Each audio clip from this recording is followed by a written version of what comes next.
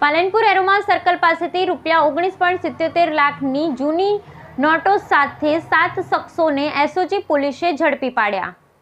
Palanpur aroma circle પાસેથી 19.77 લાખની જૂની નોટો સાથે 7 શખ્સોને એસઓજી પોલીસે ઝડપી પાડ્યા।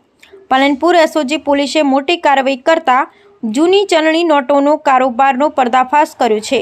પોલીસે પાલનપુર એરોમા સર્કલ નજીકથી 7 શખ્સોને ઝડપી પાડ્યા છે।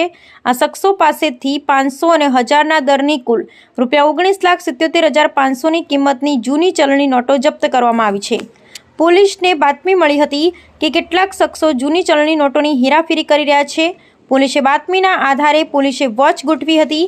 જ્યારે આ શખ્સો એરોમા સર્કલ પરથી પસાર થઈ રહ્યા હતા ત્યારે પોલીસે તેમને પકડી પાડ્યા હતા। પોલીસે આ મામલે 7 આરોપીઓની અટકાયત કરી છે અને જૂની ચલણી નોટોનો કારોબાર અંગે વધુ તપાસ શરૂ કરી છે।